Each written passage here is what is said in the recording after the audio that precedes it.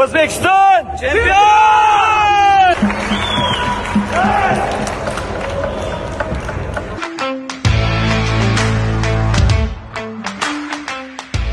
Assalomu alaykum. Ismim Ruslan Nuriddinov. Og'ir atletika bo'yicha Olimpiya hamda ko'p karra jahon chempioniman.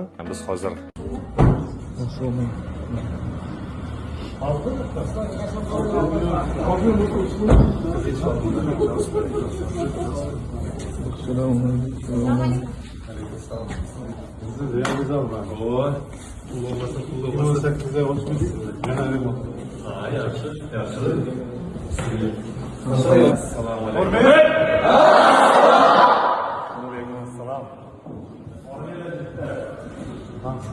hurmatli o'quvchilar, murabbiylar, mana bugun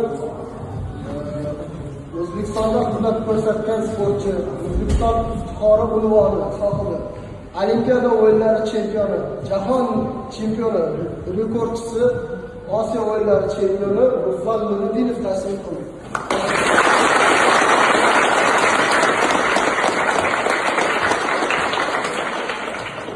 Motivatsiya hozirgi kunda. Shunday bir sizlarni jo'shqinlantirish uchun, sizlarni qiziqtirish uchun sizlarga tashrif buyurib, kelib sizlarga biladigan mahorat darslarni o'tish uchun keldim. Qoraqalpog'istonga kelib turganimdan xursandman.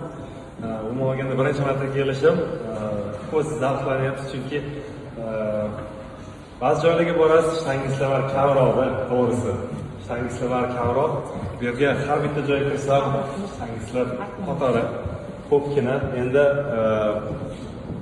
nimasi ham bordi, isboti ham bordi, chunki umuman olganda Qoraqalpog'iston og'ir atletikasi tarixi katta, sportchilari ancha ko'p va hozir o'sha sportchilar boshqa yo'nalishga ketib qolmasdan, boshqa birorta ishni boshlamasdan aynan kelib turib shu zallarda ishlayapti, sizlar bilan ishlayapti, o'z mahoratlarini ko'rishyapti. Mansur aka o'zimiz birga ishlaganmiz, Mansur aka bilan Rustam Jangarbayev,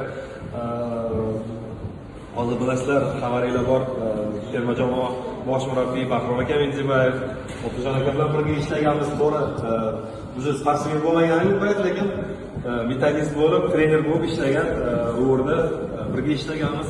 Endi shunaqa baza bilan Qoraqalpog'istonda og'ir atletika bo'lmasligini o'z ilojisi yo'q edi. O'shaning uchun ko'z quvonyapti, xursand bo'lyapti.